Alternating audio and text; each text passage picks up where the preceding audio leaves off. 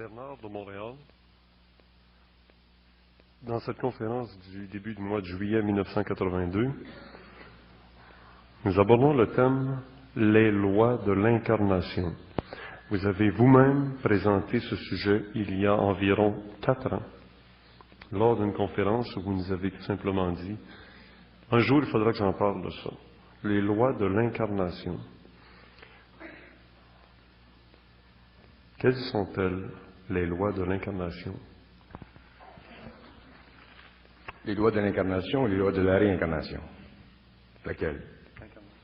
L'incarnation. Bon. Le phénomène d'incarnation ou de réincarnation, c'est un phénomène qui est très vaste, qui est encore très nébuleux.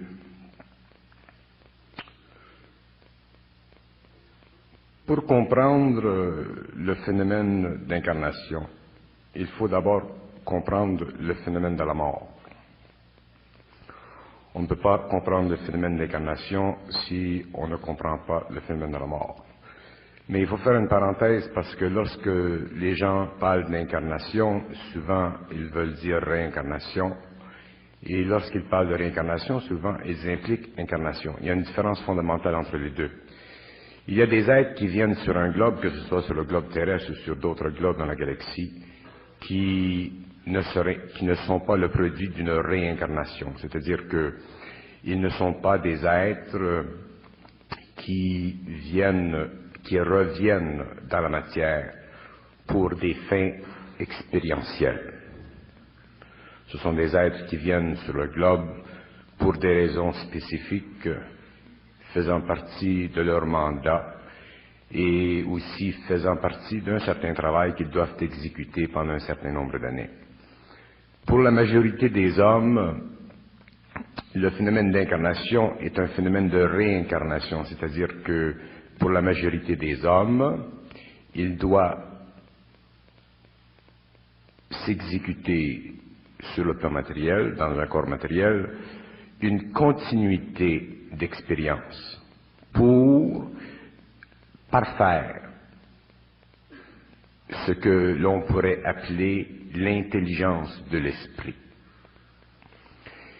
Si nous concevons le phénomène de la mort tel que nous le concevons au XXe siècle et que nous essayons un peu de sortir de la notion de la mort telle que nous l'avons, telle que nous la sentons, nous pouvons commencer à entrevoir le phénomène de la mort comme étant effectivement non pas un phénomène dans le sens que l'homme le reconnaît sur le plan émotif, mais réellement le retour à une dimension parallèle où la seule partie de l'être qui n'est pas viable, qui n'est pas existante, c'est le corps matériel.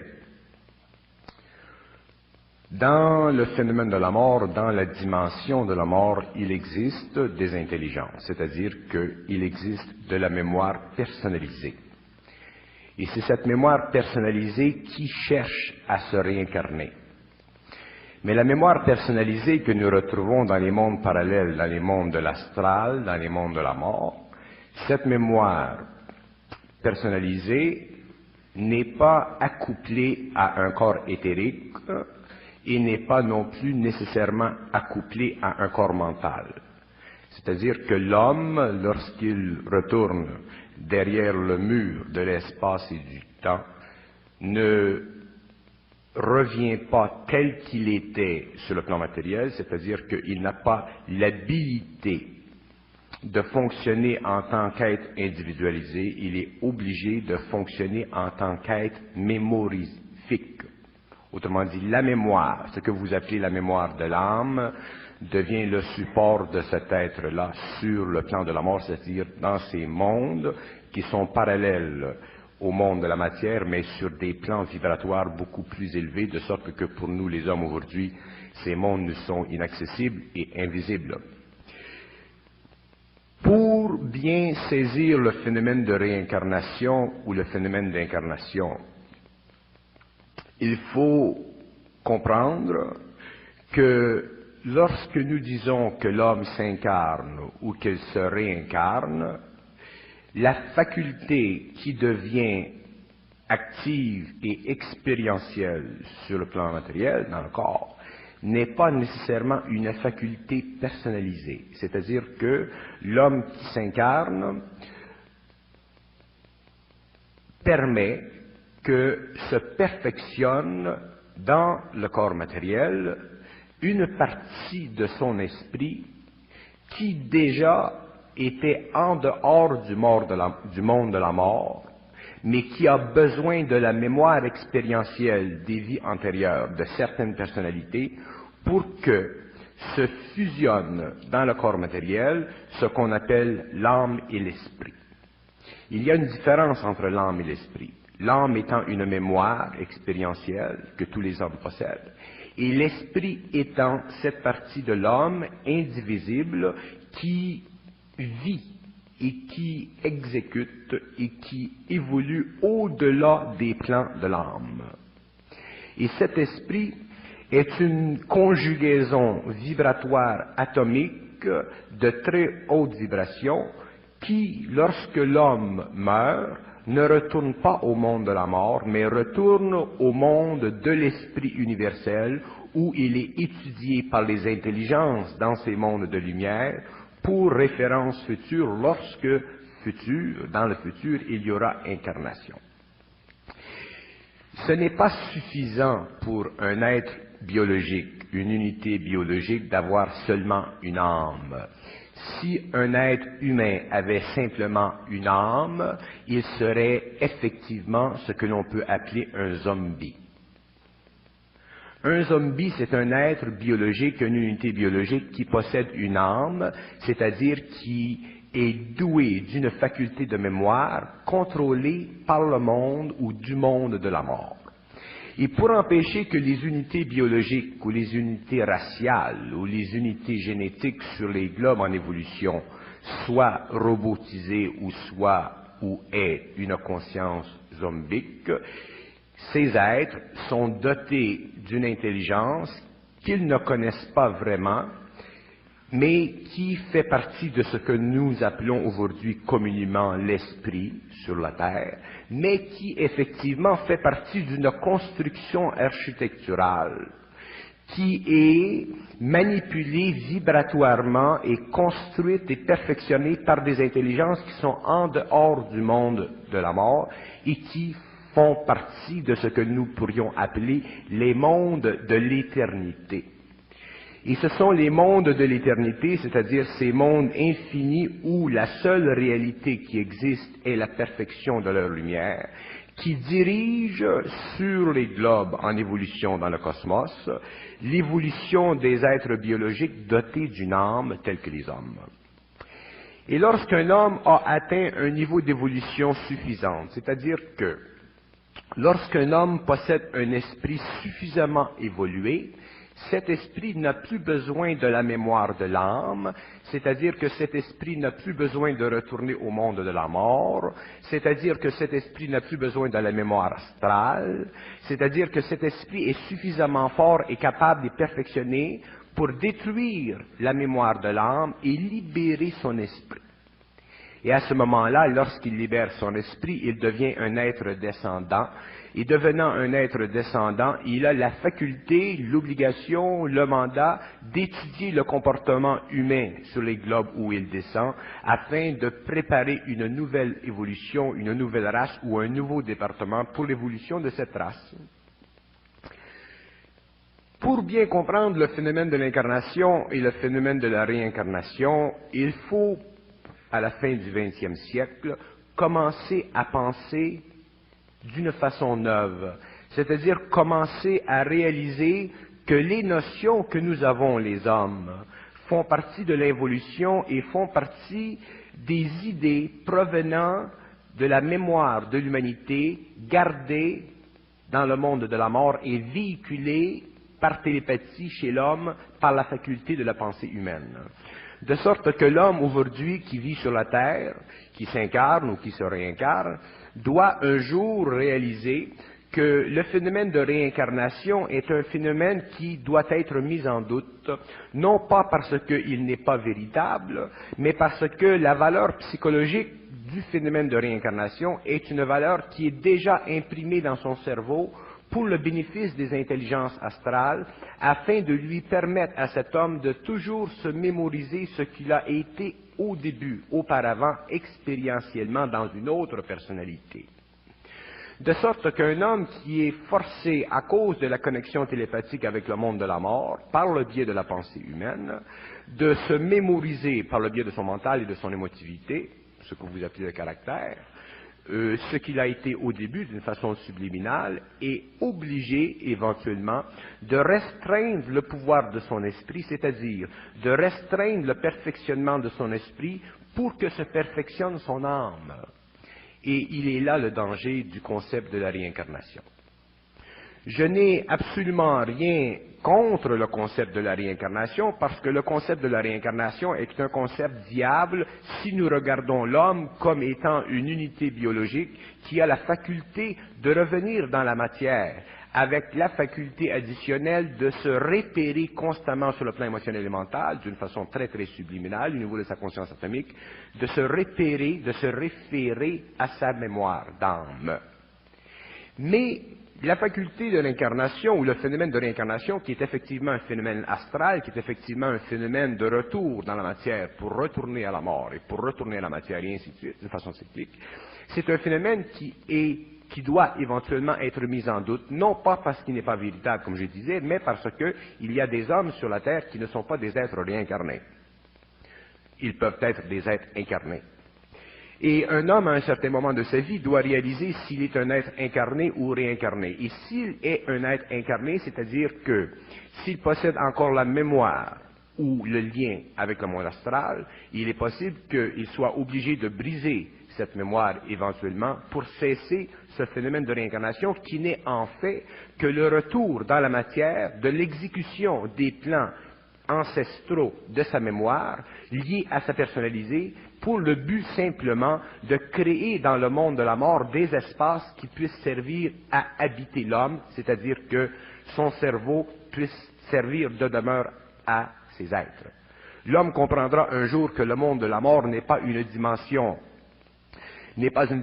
parallèle telle que nous pouvons le concevoir d'une façon, du point de vue d'une notion spatiale, que le monde de la mort est effectivement une condition vibratoire permettant à des intelligences d'habiter le cerveau de l'homme. Autrement dit, le monde de la mort sur la Terre est un monde qui n'existe que parce que les hommes ont suffisamment d'espace dans leur cerveau pour que habitent ces mémoires, autrement dit, ces personnalités qui n'ont plus le pouvoir du corps vital, qui n'ont plus le pouvoir du corps mental, qui sont simplement de la mémoire humanité et qui sont simplement un aspect de l'humanité historique en évolution sur des plans qui doivent éventuellement retourner à la matière pour le perfectionnement de l'homme et effectivement le développement de l'esprit de l'homme.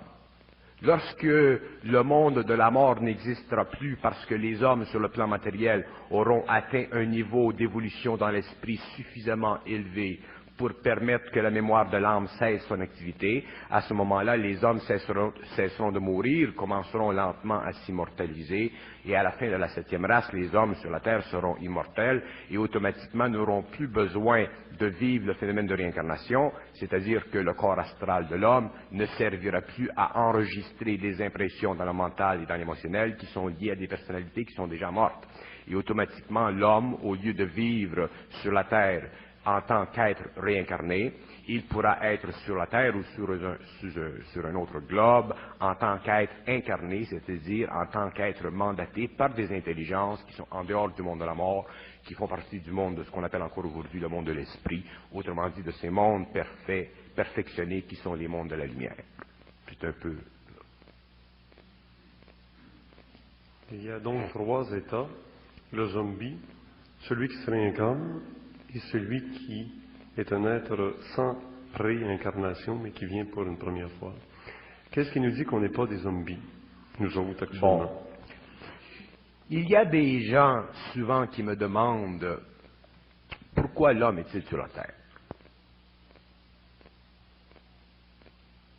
Pourquoi l'homme a-t-il été créé? Pourquoi l'homme devait-il descendre dans la matière si un jour il doit retourner à l'éther lumineux? Pourquoi tout ce bordel?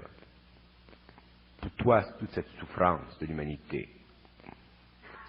Et la raison est très simple.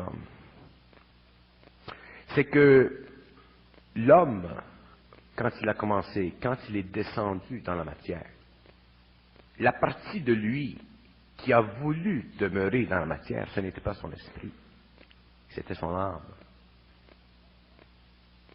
C'est l'âme de l'homme qui a attiré l'esprit de l'homme et qui a tellement brouillé l'esprit de l'homme que l'homme, après des millénaires, en est venu à un point, à cause de son corps astral, qui ou dont l'expression dans le monde matériel se fait par le biais des sens, l'homme a voulu demeurer de plus en plus longtemps dans la matière. Mais ce sont les forces de l'âme qui ont fait en sorte que l'homme descende dans la matière. Mais un jour, l'homme s'avisera de ceci. Un jour, l'homme s'avisera que la notion qu'il a du plaisir de la matière, la notion qu'il a du bien-être de la matière, est une notion qui est liée à sa mémoire d'âme.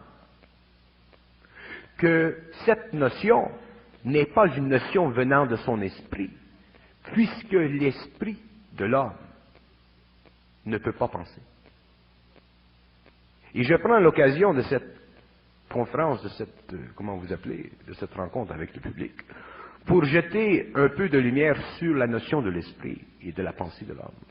L'homme a la notion, c'est-à-dire que l'homme a l'impression, c'est-à-dire que l'homme est imbu d'un aspect de sa réalité qui ne convient pas à son esprit, mais qui convient à l'âme.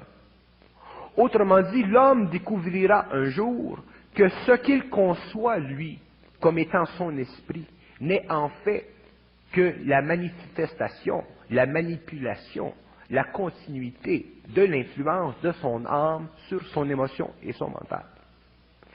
Et un jour, lorsque l'homme aura compris, aura saisi, réalisera ce que c'est que de l'esprit, il ne sera plus entiché par le pouvoir de son âme sur son mental et sur son émotionnel, et à ce moment-là, l'homme commencera à vivre d'une conscience que j'appelle, pour le temps présent, une conscience supramentale, c'est-à-dire une conscience qui n'est pas douée de la faculté psychique de la pensée pour le bénéfice vibratoire de l'âme, afin d'enraciner l'homme dans une mémoire qui convient à son expérience mentale et émotionnelle. Et à partir de ce moment-là, l'homme commencera à réaliser pourquoi il est descendu sur la terre, et il commencera à comprendre que ce n'est pas les forces de la lumière qui ont poussé l'homme vers la matière, que ce sont les forces de l'âme, c'est-à-dire les forces astrales, c'est-à-dire les forces qui doivent éventuellement de plus en plus dominer la matière de l'homme contre le pouvoir de son esprit, afin que l'homme ne puisse jamais être dans l'intelligence, c'est-à-dire dans la lumière de son esprit.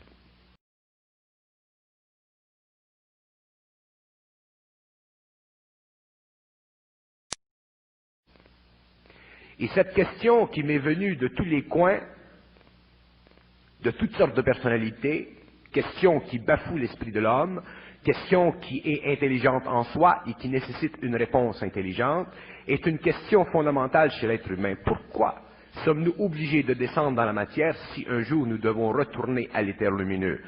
Et ce n'est pas que nous sommes obligés de descendre dans la matière, mais nous avons été... Il y a une expression anglaise qui est très précise. We have been dragged into matter. We have been pulled down into matter. And we have been so pulled down into matter by the soul energies that we have no more capacity to draw ourselves out of the mud. Autrement dit, nous avons été amenés à descendre dans la matière contre le gré de notre esprit.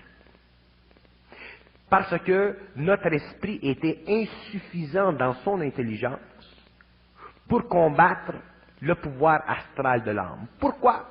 Parce que l'âme déjà avait monopolisé la faculté intellectuelle et émotive de l'homme. La faculté intellectuelle donnant à l'homme la mémoire et la faculté émotive de l'homme donnant à l'homme la soif de ses sens et permettant ainsi de galvaniser son intelligence, réduisant ainsi le pouvoir de son intelligence et rendant effectivement l'âme plus puissante que son esprit. Et c'est pour ça que les hommes sur le globe terrestre qui ont immortalisé leur corps matériel et qui sont devenus des exemples ultimes, des formes idéalistes de la possibilité humaine, telles que le Nazaréen, le Christ, les grands prophètes du temps passé, ils se comptent sur les doigts. Mais avec l'évolution qui vient, la formation de la 6e race, de la 7e race de l'homme, il y aura beaucoup plus lentement, graduellement au cours de l'histoire d'hommes qui auront compris le pouvoir de leur esprit et qui auront compris finalement que l'esprit de l'homme doit dominer l'âme de l'homme et que lorsque l'esprit de l'homme domine l'âme de l'homme, le pouvoir de l'âme cesse, l'homme ne peut plus se réincarner, l'homme peut s'incarner s'il le veut pour faire un travail d'évolution et s'il ne le désire pas, il demeure dans des plans supérieurs à la matière. Et autant les théologies occidentales, autant les systèmes philosophiques orientaux, autant les systèmes spirituels occidentaux et orientaux ont empêché que l'homme réalise que l'esprit de l'homme est plus important que l'âme de l'homme. Et si vous regardez dans les textes, dans les canons qui ont dirigé la pensée de l'homme depuis des siècles, vous verrez toujours qu'on dit l'homme doit sauver son âme. Et la fumisterie a été poussée à un tel point, non pas par les hommes, parce que les hommes sont simplement des êtres qui représentent sur le plan matériel l'activité du monde de la mort sur le plan des vivants. Mais les hommes ont été tellement pris à cause de leur intellect et de leur émotivité, à cause du fait qu'ils n'ont pas contact avec leur propre esprit, par cette donnée que toute l'humanité aujourd'hui subit le résultat de cette fumisterie, et cette fumisterie est tellement grande qu'elle est la raison pour laquelle l'homme n'a aucun contrôle sur sa mort matérielle, c'est-à-dire pourquoi l'homme n'a aucun pouvoir sur son corps physique, c'est-à-dire pourquoi l'homme n'a pas accès à sa destinée. Pourquoi l'homme ne peut pas tracer dans le feu et avec le feu de son esprit sa destinée? Parce qu'il est assujetti à son âme. Et si l'homme n'avait pas d'esprit, autrement dit, parce que l'homme commence dans les mondes lumineux de l'éther. Ensuite, la partie inférieure de l'homme qui s'est développée au cours des millénaires et qui a donné à l'homme la raison d'être qu'il possède. Ces hommes qui n'ont pas accès à leur esprit, et je parle de l'humanité, qui n'a pas accès à son esprit, a été obligé de rendre le pouvoir à l'âme. Et s'il n'y avait pas eu d'esprit dans l'homme, s'il n'y avait eu que de l'âme dans l'homme, l'homme aujourd'hui serait un zombie, et c'est exactement ce qui se produit dans les mondes de l'Amérique du Sud, ou dans les mondes de la Jamaïque, certains pays où on pratique le voodoo et la magie noire. Qu'est-ce que l'on fait? On fait ressusciter dans la nuit des corps, mais qui sont dotés de quoi? Ils sont dotés de l'âme. Et les corps qui sont dotés d'une âme, qui n'est pas nécessairement l'âme de celui qui vivait auparavant, mais une autre, les corps qui sont dotés d'une âme sont des zombies. Parce que les corps qui sont dotés d'une âme et qui n'ont pas un esprit, n'ont pas la connexion avec le cosmos. Et l'homme est fait en deux parties. L'homme a un corps physique, il a un corps vital, il a un corps émotionnel, il a un corps mental. Ça, c'est la partie inférieure de l'homme, c'est la partie planétaire de l'homme. C'est la partie expérientielle de l'homme. Mais il y a la partie cosmique de l'homme. Et la partie cosmique de l'homme, à l'intérieur de laquelle s'exécutent les trois principes cosmiques de l'homme, l'amour, la volonté et l'intelligence, ces principes-là font partie de l'esprit de l'homme. Ils ne font pas partie de l'âme de l'homme. L'âme n'a aucune idée de l'amour cosmique, de la volonté cosmique et de l'intelligence cosmique parce que ces trois principes font partie de l'esprit de l'homme. Et pour qu'un homme soit complet, il faut que ces trois principes cosmiques-là se lient avec les quatre principes inférieurs et à ce moment-là, vous avez un homme complet. Mais si l'homme n'a pas de volonté, d'intelligence et d'amour, autrement dit, n'est pas doté de ces principes cosmiques-là, à quelque niveau que ce soit, à ce moment-là, il a simplement la mémoire de l'âme qui s'enregistre dans son mental, dans son émotionnel et dans son vital, et automatiquement, l'homme est contrôlé par l'âme, et automatiquement, l'homme est un zombie, et c'est ce qui se produit dans les actes de magie noire.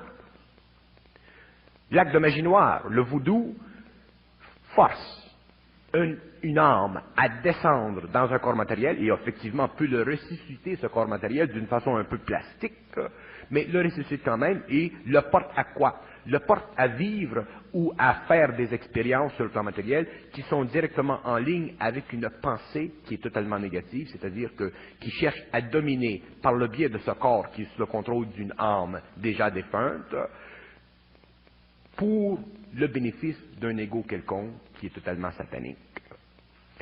Alors, le point que je veux faire dans toute cette conversation, c'est que l'homme doit un jour réaliser que là où il y a réincarnation, il y a l'activité de l'âme. Là où il y a simplement incarnation, il y a activité de l'esprit. Et là où il y a incarnation mandatée pour un travail quelconque sur une planète, il n'y a aucune activité de l'âme, il y a simplement activité de l'esprit. C'est pour ça que les hommes qui sont mandatés dans une incarnation quelconque, qu'ils fassent partie de n'importe quel corps de gouvernement invisible, lorsqu'ils viennent sur une planète, n'ont pas besoin d'avoir de mémoire, parce que la mémoire fait partie de l'activité de l'âme. Alors, n'ayant pas besoin de mémoire, ils sont simplement liés à l'esprit. Et étant liés à l'esprit, ils sont dans leur propre esprit, parce que pour que l'homme soit lié à l'esprit universel, il faut qu'il ait lui-même accès à son propre esprit. Et à ce moment-là, la connexion entre l'esprit universel et l'esprit humain permet que l'homme puisse enregistrer de l'information sur le globe, faire descendre de la connaissance sur le globe, sans avoir à penser à la connaissance, sans avoir à penser à ce qu'il sait, à ce qu'il dit, et sans avoir à enregistrer dans la mémoire ce qu'il fait. Alors, ça c'est un peu l'aspect du phénomène de réincarnation et d'incarnation. La pensée est donc une faculté de l'âme. La pensée est une faculté empruntée par l'âme. Ce n'est pas une faculté de l'âme, c'est une faculté de l'esprit, mais elle est utilisée par l'âme. Parce que il y a deux sortes de pensées. Il y a la pensée subjective et il y a la pensée objective. La pensée objective est une communication télépathique entre l'esprit de l'homme et d'autres esprits. Autrement dit, un homme qui a une pensée objective ne pense pas et ne peut pas penser, c'est impossible, parce que penser, c'est un phénomène totalement planétaire. Alors, si l'homme a une conscience cosmique, il n'y a pas besoin de penser, il parle avec, il est en communication. Alors, là où l'homme est inconscient et vit une pensée subjective, la pensée qu'il pense est une pensée qui est façonnée, qui est incrustée, qui est faite qui est construite de mémoire. Et la mémoire, elle est de qui? Elle est d'où? Elle est de l'âme. C'est pourquoi les hommes sont, quelle que soit leur éducation, quelle que soit leur érudition, les hommes seront toujours ignorants tant qu'ils ne seront plus capables de penser subjectivement, c'est-à-dire de se servir de la mémoire de l'âme pour rendre palpable à leur esprit des aspects de cette mémoire sur lesquels l'esprit n'a aucun pouvoir, parce que l'esprit étant incapable de réaliser la profondeur de lui-même parce qu'il n'a pas sa connexion avec sa propre infinité, n'est pas capable de lui-même de renverser le rôle de la pensée subjective, de renverser le rôle de la notion, de renverser la notion, de renverser la forme, pour libérer l'esprit, pour le libérer lui-même de la puissance mémorifique de l'âme sur lui-même. C'est pour ça que tous les hommes qui iront vers l'évolution de la 6e et de la 7e race seront obligés à un certain moment de vivre la grande solitude de l'ego, c'est-à-dire de vivre cette période où l'esprit est confronté à l'âme, c'est-à-dire où l'esprit, dans son intelligence qui commence à s'éveiller, est confronté à la mémoire extraordinaire de l'âme. Et cette mémoire de l'âme qui le bombarde constamment dans un flux que nous appelons la pensée de l'évolution, qu'il faut sauver son âme, un jour les hommes comprendront qu'il ne faut pas sauver son âme, il faut libérer son esprit. Et lorsque nous libérons notre esprit, nous détruisons la mémoire de l'âme et nous ne gardons que l'énergie de l'âme pour manipuler la matière et extrapoler le pouvoir de l'esprit sur la matière. Ce que font tous les immortels. Maintenant, Bernard, est-ce qu'on peut parler du processus d'incarnation? D'après ce que j'ai pu voir, il y aurait le processus d'un être qui se meut parce qu'on lui insuffle une âme de gré ou de force, ça fait un zombie. Il y a eu l'incarnation d'un être de lumière, Jésus de Nazareth ou le Christ ou d'autres, qui sont des êtres peut-être descendants, le processus n'est pas le même que pour tout le monde qui passe par l'acte sexuel. Alors, quels sont les processus de l'incarnation? Les processus de l'incarnation sont des processus de triage. Dans le monde de la mort, l'homme, l'être qui doit s'incarner, passe par un triage. C'est-à-dire que tous les êtres ne peuvent pas s'incarner. Il y a des êtres qui voudraient s'incarner, mais qui ne peuvent pas s'incarner. Il y a des conditions historiques, il y a des conditions de karma, c'est-à-dire qu'il y a des conditions de mémoire qui font que des êtres doivent s'incarner plus tard. Il y a aussi des conditions de l'esprit. Il y a des êtres qui, au niveau de leur esprit, ne peuvent pas retourner dans le monde de la vie matérielle avant un certain temps, parce que l'esprit est encore en étude par les intelligences qui sont dans les mondes, dans les éthers de la lumière. Alors, ne s'incarne pas sur la terre qui veut, mais s'incarne sur la terre qui peut. Mais dans le nombre d'êtres qui veulent, qui cherchent, ou quand je parle d'êtres, je parle de ces personnalités dans le monde de la mort qui cherchent à s'incarner, il y a un très très grand nombre qui n'ont pas suffisamment de sagesse pour s'incarner dans un temps qui leur serait bénéfique. Et nous sommes un peu dans cette expérience-là présentement. C'est pour ça que le problème de population dans le monde est si vaste. Plus ça va mal sur la Terre, plus les êtres qui sont dans le monde de la mort veulent s'incarner, parce que plus ils ont la chance, à cause de l'expérience extraordinaire qui se vit dans un temps où le cycle va vers sa fin, et ces êtres ont la chance d'exploiter des possibilités de vie qui pourraient leur permettre éventuellement d'atteindre les mondes de la lumière, c'est-à-dire les mondes de l'intelligence. Et leur grande souffrance, ces êtres, c'est de ne pas pouvoir le faire. Alors, il y a des conditions qui permettent à un être dans le monde de la mort de s'incarner, et ces conditions sont établies, sont régies par l'esprit de l'être, ou sont régies par des êtres supérieurs à l'esprit de l'être. Autrement dit, ce sont toujours des êtres supérieurs qui entrent dans ces mondes et qui donnent le OK. Un être qui est mort ne peut pas s'incarner comme il veut. Il doit s'incarner comme il peut. Mais lorsque la vie devient extrêmement bouleversée sur une planète, il y a extrêmement d'activité, il y a une surexcitation des âmes pour s'incarner, et cette surexcitation sert souvent les êtres qui sont dans les mondes de l'esprit ou les mondes éthériques de la lumière, parce que lorsqu'il y a trop de surexcitation dans le monde de la mort, il y a un déséquilibre dans les forces. Et le déséquilibre dans les forces crée ce que nous appelons des contagions d'esprit. Une contagion d'esprit dans le monde de la mort, c'est une sorte de déséquilibre dans les éthers qui fait que des éthers deviennent tellement ténébreux, tellement sombres, que les forces se ramassent. Et lorsque trop de forces de basse vibration se ramassent dans un coin de ces éthers-là, à ce moment-là, il y a forcément des guerres.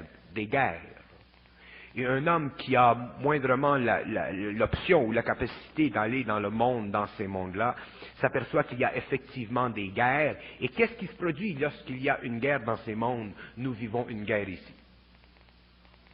Parce qu'il y a communication, il y a connexion. L'homme un jour découvrira que le monde matériel est un monde qui est directement lié au monde de la mort. Alors si ça va bien dans le monde de la mort, ça va bien ici. Si ça va trop mal là-bas, ça va trop mal ici. Un va avec l'autre. Et c'est un cercle vicieux parce que plus ça va mal ici, plus ça retourne dans le mal là-bas et ça continue comme ça. Et à un certain moment, il faut que cette loi soit brisée, que ce principe soit brisé et c'est pour ça qu'il y a un certain contrôle qui est exécuté par les êtres, les esprits. Je n'aime pas le mot esprit, moi. Je m'en sers parce que les gens doivent entendre un mot qui leur convient un peu, qui leur donne un peu une habitude de penser d'une certaine façon. Mais il y a des intelligences qui sont obligées de fracturer cette activité. Et c'est ce qui va se produire à la fin du cycle. À la fin du cycle, les êtres de lumière vont briser ce combat constant qui se produit dans le monde de la mort pour que, ici, sur le plan matériel, cessent les activités de guerre. Autrement dit, c'est toujours la lumière qui domine l'évolution des mondes. Alors même si sur une planète, sur un globe, ça va très mal parce que les hommes sont très inconscients et que les hommes reflètent trop bien le monde de la mort, les bas-fonds du monde de la mort, à un certain moment, il faut qu'il y ait un équilibre de fait. Et ce sont les intelligences qui dirigent les gouvernements invisibles qui s'occupent de ce travail. À ce moment-là, nous appelons ça la fin d'un cycle et le début d'un nouveau cycle.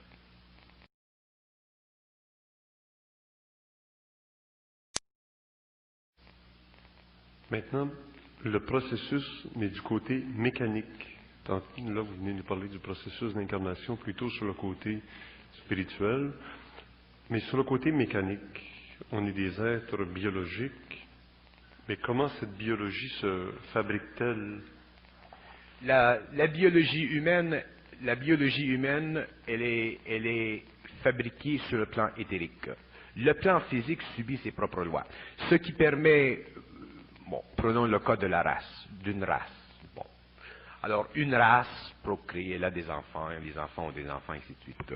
S'il n'y a pas de guerre, s'il n'y a pas de grandes catastrophes, s'il n'y a pas de tremblement de terre pour éteindre la race, s'il n'y a pas de grandes maladies, de grands fléaux, la race continue. Mais ça sert les intérêts du monde de la mort qu'une race sur le plan matériel continue. Parce que lorsqu'il y a une race, aussitôt qu'il y a un code génétique qui n'est pas rupturé, qui n'est pas affaibli dans sa consistance, dans son histoire, dans son histologie, automatiquement, il est possible à ces êtres de revenir ici. Alors, qu'est-ce qu'ils font? Ils créent des corps éthériques, des corps vitaux. Et c'est très facile pour eux de recréer un corps vital. Je vais vous expliquer comment les morts créent des corps vitaux. Un mort crée un corps vital lorsqu'il est prêt à se ressusciter. Alors, pour qu'un mort se ressuscite, il faut qu'il lui soit donné permission de revenir ici. Parce qu'un mort est ressuscité lorsqu'il vient ici. Quelle que soit la période de temps qu'il vit de l'autre côté, pour lui, c'est une attente terrible. Alors, même s'il est dans des hauts plans, c'est quand même une attente parce qu'il est prisonnier du temps comme nous sommes prisonniers de l'espace. Alors, lorsqu'il est permis à un être de se ressusciter, à un mort de se ressusciter, il crée non pas un son, il crée l'idée d'un son.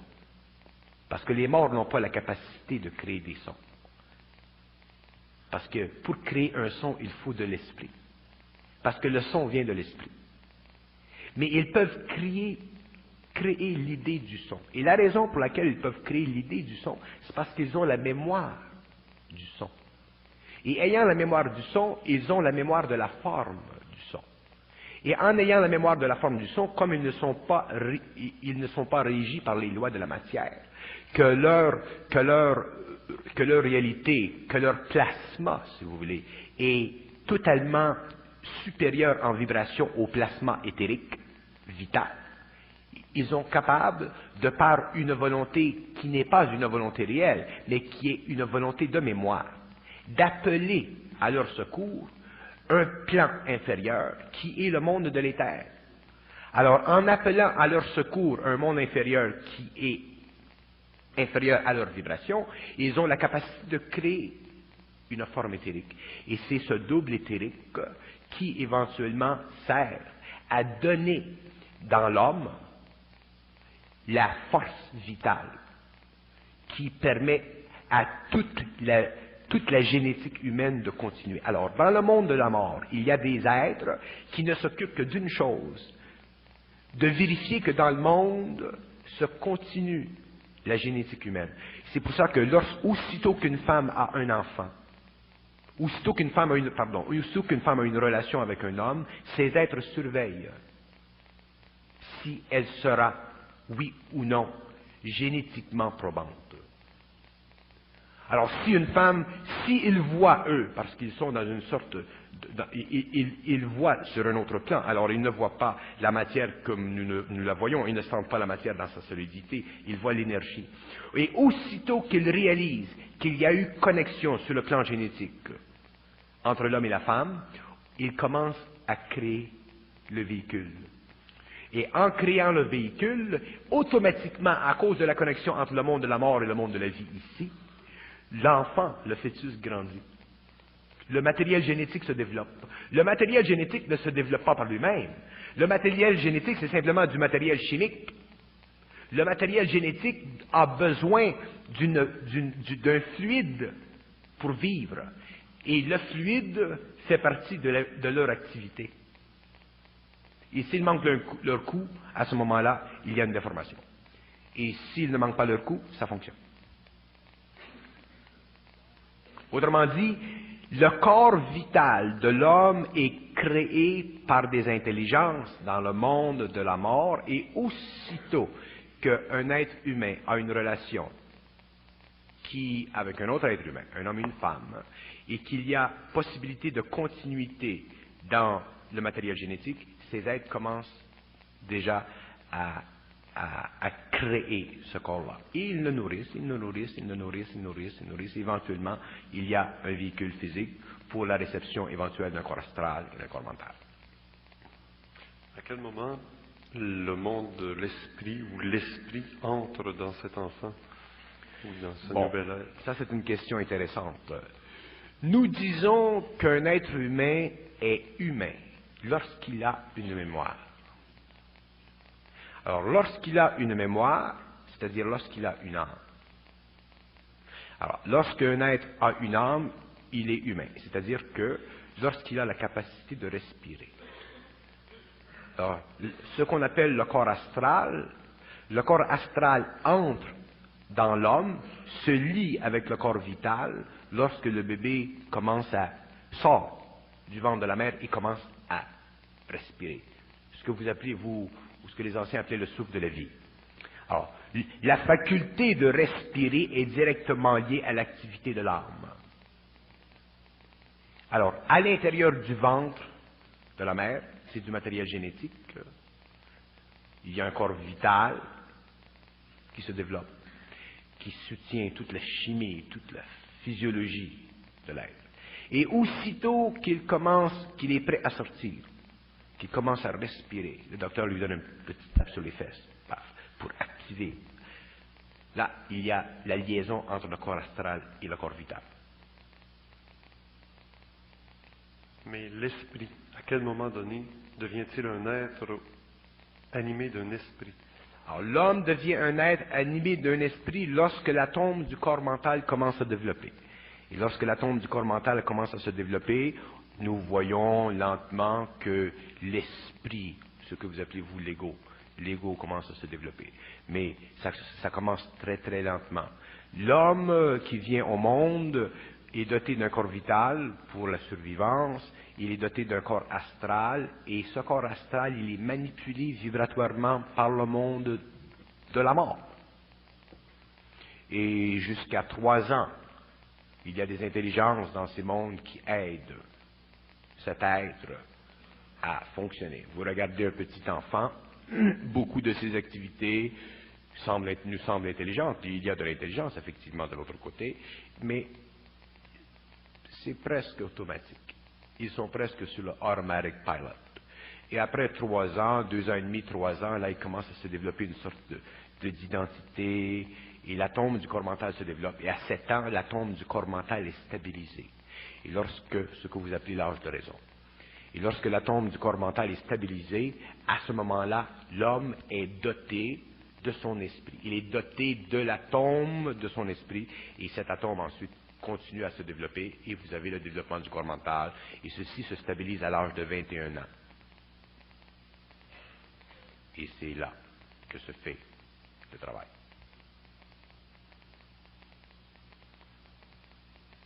Du moment de sa naissance jusqu'à l'âge de la puberté, il ne peut pas se reproduire, cet être. Comment est-il considéré dans son évolution par rapport à l'ensemble du grand plan? Il ne peut pas se reproduire. Avant la puberté, il est donc un être incapable de se reproduire. Oui. Il n'intéresse pas le monde des morts, puisque le monde des morts ne pourront pas s'en servir pour... Oui. Quelle est votre question? Il y a une période de no man's land pour les morts. C'est un être qui s'incarne, d'accord, il vient du monde des morts, mais avant de pouvoir servir le monde des morts, avant de pouvoir reproduire la vie semblable, il y a une période de quelques années où c'est un être qui échappe à leur contrôle ou à leur intérêt. Non, il n'échappe pas à leur contrôle parce que durant cette période, son corps émotionnel se développe, son corps mental se développe, et pendant que se développe le corps émotionnel et le corps mental, les influences du monde de la mort continuent à agir sur lui, soit par l'éducation, soit par la société, soit par... Je vais vous dire pourquoi je vous pose cette question, c'est qu'on remarque que beaucoup de phénomènes parapsychologiques, paranormaux, communication avec les morts, poltergeist, etc., ça se produit dans cette période de temps, justement. Oui, parce que quand un être est jeune, son corps astral n'est pas totalement ajusté. Vous savez que le phénomène psy, ce qu'on appelle le phénomène psy, surtout dans les cas les plus extraordinaires, est un phénomène de débalancement. Les gens qui sont psychiques sont des gens qui sont débalancés. Être psychique, ce n'est pas normal. Être intelligent, c'est normal. Mais être intelligent n'implique pas nécessairement être psychique. Il y a une subtile différence entre être intelligent et être psychique. Et quand je parle d'être intelligent, je le parle dans un sens qui est au-dessus de la normale humaine. Je parle d'un être, quand je parle d'intelligence, je parle de cette sorte d'intelligence qui, vue du point de vue de l'être inconscient qui est psychique, peut rappeler ou peut donner l'impression d'une faculté psychique. Être psychique, c'est une faculté qui est directement le produit de l'activité astrale chez l'homme. Un être peut être intelligent, mais il n'est pas psychique. Ceci ne veut pas dire qu'il n'a pas des pouvoirs. Mais il n'est pas psychique dans ce sens que l'activité psy est sous son contrôle. Il n'est pas, lui, affecté, influencé. Il n'est pas assujetti à la faculté psy. Et si nous regardons les êtres dans le monde qui ont des facultés psy, ce sont des êtres qui sont souvent malheureux de leur faculté psy. Ils souffrent de leur faculté psy, ou leurs facultés psy peuvent leur donner une certaine gloire, qui peuvent plus tard les amener à une certaine souffrance. La faculté psy crée chez l'homme une souffrance. Regardez Edgar Cayce. Edgar Cayce, qui était un des grands voyants, souvent disait durant sa vie qu'il aurait préféré être un homme ordinaire.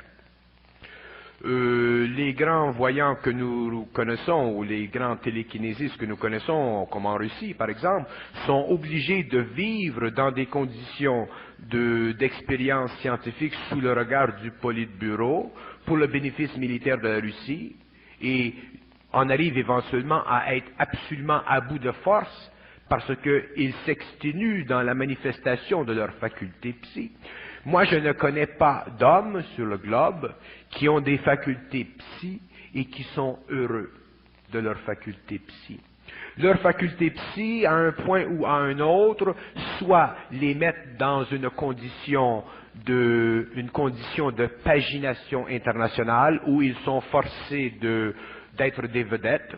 Prenons l'exemple de Uri Geller. Je ne veux pas discuter le pour ou le contre de Uri Geller, mais je veux montrer le fait que lorsqu'un homme a une faculté psy comme celle qui a été rapportée, automatiquement il est escorté sans cesse par des journalistes, il n'a plus de vie privée, il est escorté aux États-Unis par la police militaire, qu'il aille n'importe où, il est escorté. Alors, les hommes qui ont des facultés psy, comme ce bonhomme aux États-Unis qui a la faculté de projeter des images mentales sur une caméra, c'est un autre qui est voué à la boisson et à l'alcoolisme. Et moi, je suis peut-être dans une très très bonne position pour parler des hommes qui ont des facultés psy, parce que je rencontre beaucoup de gens, et j'ai remarqué que les êtres qui ont des facultés psy sont tous affectés par leur psychisme. Pourquoi? Parce que la faculté psy est une faculté donnée à l'homme par des êtres qui sont sur d'autres plans et qui se servent de leur corps astral et en le désaxant, autrement dit, en l'impressionnant magnétiquement à une trop haute échelle, désaffectent ce corps astral et au lieu que ce corps astral, qui est un très beau corps, serve à l'homme, ils servent à ses forces, un peu comme le petit garçon en Angleterre qui, à cause de ses facultés psy, est obligé, sa mère revient le soir à la maison, de se retrouver accroché au plafond et elle a toute la misère du monde de le faire descendre. Alors, pour moi, c'est une opinion qui est totalement personnelle, je condamne le psychisme. Et je sais qu'un jour, les hommes ne seront plus psychiques, ils seront simplement extrêmement puissants dans leur vibration éthérique. Ce n'est pas par le biais du corps astral affectant le corps éthérique que les hommes auront le pouvoir sur la matière, mais ce sera par le biais direct du corps éthérique sur la matière, et ces hommes n'auront aucunement de domination sur leur corps astral, et ils seront eux-mêmes en contrôle de leur activité vibratoire supérieure. Et à ce moment-là, nous ne parlerons plus de psychisme, de faculté psy, mais nous parlerons du pouvoir de la conscience vibratoire de l'homme sur la matière.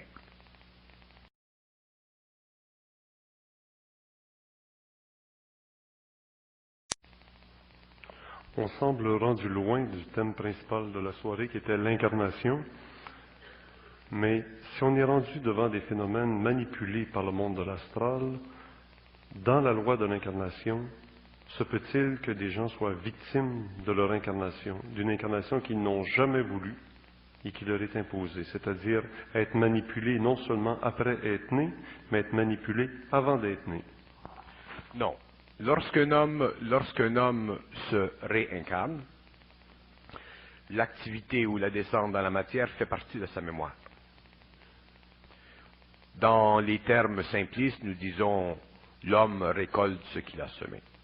Ceci veut dire que l'homme qui s'incarne se réincarne avec une disposition qui est déjà enregistrée dans sa mémoire, et cette disposition fait partie de son caractère, et son caractère est la programmation de cette mémoire qui fait partie de non pas de la conscience de l'âme, mais de l'organisation atomique de l'âme. Alors, un homme qui s'incarne pour un plan de vie qui coïncide avec l'évolution de son âme, et ce plan de vie est très bien exécuté. Il n'est pas exécuté nécessairement parfaitement, mais il est très bien exécuté, dans ce sens que l'homme qui s'incarne avant la réincarnation a eu une idée de son plan de vie, mais l'idée qu'il a de son plan de vie est une idée qui convient à la mémoire de l'âme. Si cet homme, pour une raison ou une autre, devait posséder un esprit supérieur, à ce moment-là, à un moment donné, son plan de vie serait arrêté et il entrerait dans sa destinée. Alors, tant que les hommes vivent un plan de vie, tant que les hommes sont capables d'aller voir une cartomancienne, par exemple, ou un voyant, et de se faire lire leur plan de vie, effectivement, le voyant peut voir dans l'astral, il peut voir que à cause de l'information qu'il reçoit dans l'astral, telle probabilité se développera sur le plan matériel. Ceci est exact. Le point n'est pas là. C'est qu'un homme doit être suffisamment dans son esprit pour que si un voyant voit dans l'astral le pouvoir de l'âme et la dictée de son plan de vie, cet homme, à cause du pouvoir de son esprit, au-delà de l'influence de l'âme, puisse totalement neutraliser ce plan de vie et se mettre sur la ligne de sa destinée. Autrement dit, nous disons qu'un homme qui est dans son esprit n'est pas affecté par les planètes, il est cosmique. C'est-à-dire qu'il n'est pas affecté par le caractère astrologique de son zodiaque. Toutes les conditions zodiacales sont des conditions qui ont été inspirées à l'homme par les forces de l'âme. Vous savez qu'est-ce que c'est le zodiaque? Vous voulez en parler un peu? Ça vous intéresse? Mais je ne veux pas vous retarder. Allez, continuez. Il nous reste à peine 5 minutes avant la fin de la première partie de la soirée. Dans la deuxième partie, on va essayer de savoir pourquoi il faut être bisexué sur la planète Terre, pourquoi, pour qu'un être, demande la présence de deux. On va demander aussi pourquoi le cerveau qu'on a ne semble fonctionner qu'à 10% de ses capacités, alors qu'elle est l'ingénu qui fait que on fonctionne avec une machine qui est déjà rouillée ou qui est déjà sur le frein à bras en partant. On va demander pourquoi la vie publique de Jésus s'est commencée à 27 ans ou 30 ans. Parce que vous nous avez parlé jusqu'à 7 ans, il y a telle chose qui se produit. Après ça, il y a telle chose qui se produit à 21 ans. Alors, y a-t-il comme ça des cycles précis dans l'évolution après l'incarnation? On pourrait demander aussi pourquoi il y a des êtres qui s'incarnent sur la Terre ici. Peuvent-ils aussi faire partie de la même loi de la réincarnation en allant s'incarner ailleurs sur une autre planète? Ou font-ils partie d'un autre plan, d'un autre schéma cosmique? Ça fait beaucoup de questions qu'on abordera dans la deuxième partie de la soirée. Il nous reste à peine 3 minutes, si vous voulez nous dire un mot sur la condition astrologique reliée à ça. On aura le temps. La condition astrologique reliée à quoi? À l'incarnation. La condition astrologique liée à l'incarnation, c'est celle-ci. C'est que l'homme découvrira un jour que le matériel psychologique, le matériel symbolique qui accompagne toute manifestation intelligente de ce que nous appelons l'astrologie est déjà du matériel imprimé par l'intention des âmes avant l'incarnation. De sorte que le matériel astrologique qui convient à, par exemple, à telle personne, disons qu'une personne est née dans un certain mois, déjà ce matériel astrologique fait partie de l'intention de l'incarnation. Et la coïncidence, je ne peux pas dire la coïncidence précise, mais la coïncidence parfaite de cette incarnation avec l'intention de la réincarnation donne à l'homme l'impression qu'il est affecté et influencé par les planètes. C'est parce que c'est très subtil, le jeu dans le monde de la mort. On vous insuffle que telle planète a telle influence sur l'homme.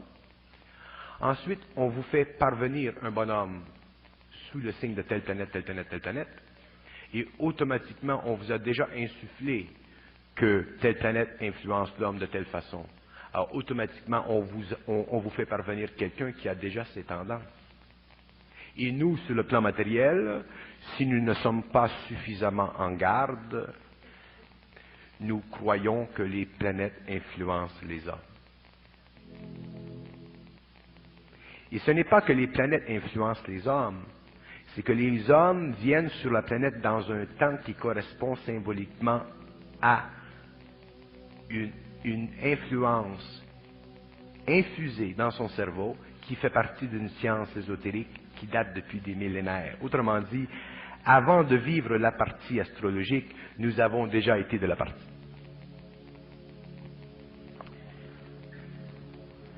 On se retrouve dans environ 15-20 minutes.